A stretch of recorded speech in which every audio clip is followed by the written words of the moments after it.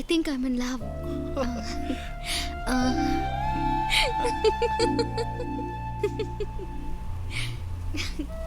ஆமாண்டா. I love Ajay.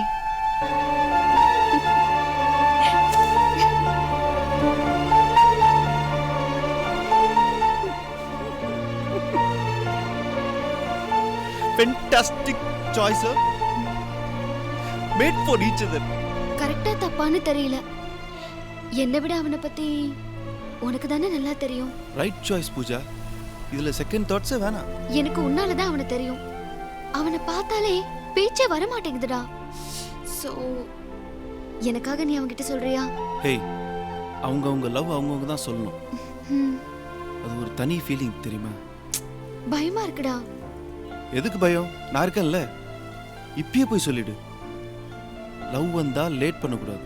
Understand?